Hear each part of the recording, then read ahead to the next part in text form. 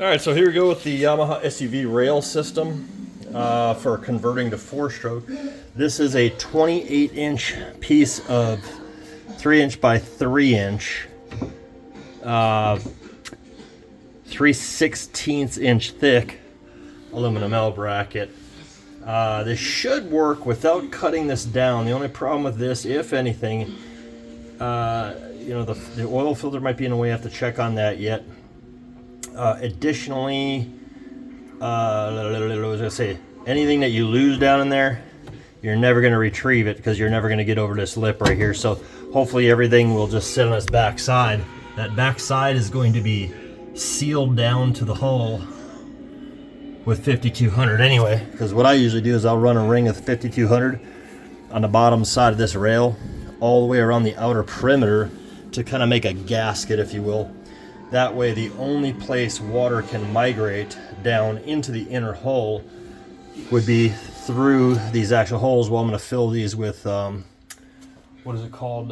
It's Loctite, the white, the 572 I believe it's called, or 573, or plumber's putty, whatever you want to put that down in there with. You can also lock those down with a red thread lock if you want this thing permanently on there. I would not do that. I would do blue if I did anything. So just to kind of explain this rail a little bit, you can see here I've got the outline drawn for the Yamaha SUV motor mount, which is going to be used on the MR1 FXHO, the VX110, and the FX140 power plants. And then here's my front motor mount. Where these holes are drilled, though, these are the old stock motor mount locations. So you can see the aluminum bracket here that's embedded into this fiberglass stringer. And the same over here, you can see the outline. Here, at the absolute ass end of my rail, I had to cut a relief in this. I gotta do a little more shave down. I can feel a little bit of a hump there. So I had to cut a little bit of relief. This is 1, 2, 2 and a quarter. I mean, that's how big it is. So I guess we'll call that 1, 2, 2 3/4 inches wide. You could do a rectangle if you wanted to make it easier. The tool that I use for that is this Dremel Multimax from Costco with this blade on the front side, and just, it was really easy. It was louder than hell, man. But I just started flat here and just started slowly edging in, and it just started carving up on a nice flat plane to this area. So then I just hit the sides, a little bing bang boom. Hopefully that was on video. I just noticed my camera's a little off. So anyway, what that's going to do is give a little relief here for the back, just this little section here. On the stringer, it starts out nice and flat, as you'll notice, all the way across the stringer. And there's actually a little downward dip right here, a belly.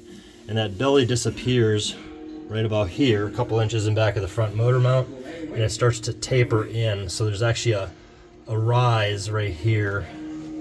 It's like a little, yeah, it's a rise. So that's gonna prevent your rail from sitting flat.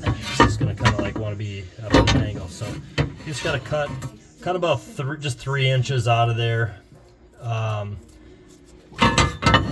and you'll be good to go. So now, okay, so let's talk about this. So we got our first, the first motor mount bolt is pretty easy to figure out. You just kind of decide how far back you want to be where you're locking this thing down tight. This is going to be only to secure the rail down, and then I drilled a little pilot hole on there and finished it off with the correct size OD drill. Then the problem that I ended up in, I tried to measure from here to here to the next actual stock motor mount location. What I'm doing is I was off by like 1/8 of an inch. So as you can see, I had to waller it out a little bit to be on center, but no big deal. That actually works out cool. It's even if you want to make these slotted screw holsters for some of these, that's absolutely fine. This is just going to hold this rail down into place. It's not a big deal. So then I started being a little bit more careful. You know what? I do have to back up. I'm sorry. I'm going to show you something here. what it did is I took a line and drew a straight line through each of these existing motor mount holes, and then extended that line up here as far as I could. That ends up running through your motor mount holes later on. So then at the back side, I drew a line down this way out of this little relief where I wanted the back of this lip to go before I started cutting anything. Those are the only reference lines that I needed. All right, so now we get our back bolt in place. We measure forward to the next motor mount location. I got to keep taking this on and off, big deal. And then I kept measuring from the back one to here, the back one to here, the back one to here, and ended up coming up besides that second one with really solid results that way. I mean, I was real careful when I put a little punch mark on that aluminum before I drilled it out also. You don't want to use too long of a bolt here. These holes just aren't that deep. I think these ones are probably about an inch. Looks like about an inch of material. You go 3/4 of an inch would be just fine. With or without washers, it doesn't matter as long as you've drilled your holes perfectly. So let me secure these in. So something else here. So you got this line drawn back here in a fiberglass. Well, I also transcribed that line to where I wanted it on this rail all the way through, so I could match up line for line. Hopefully that shows you, or you can translate. You can see that the pencil line on the fiberglass versus the pencil line that runs through the hole on the motor mount. It kind of just pre-drilled a little pilot hole in those, so that all just lines up nice and purty. Ah, shit.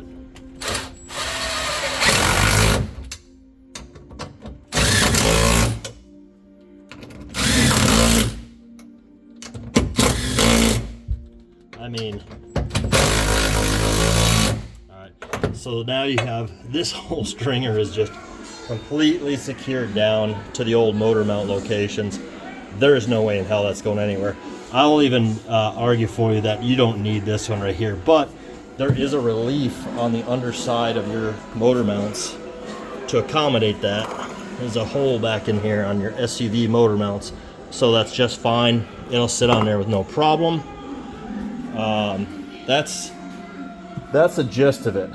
What I don't know is what's going to get in the way, such as the oil filter. I might be a little too high on that, so I might need to actually just take a Sawzall and cut a chunk out of there, and then maybe put it on a bench grinder and kind of smooth that off, or a file. Alright, sorry about no flash, but this is as good as it gets. My battery's almost dead on my phone. So this is what it looks like when they're mounted in there, complete, ready to drop the mock-up motor down there, so you can actually mark out. You loosen up the motor mounts a little bit, get everything nice and level with your mid shaft, and yeah, it didn't draw everything out formally on your rail here. And that's that, guys.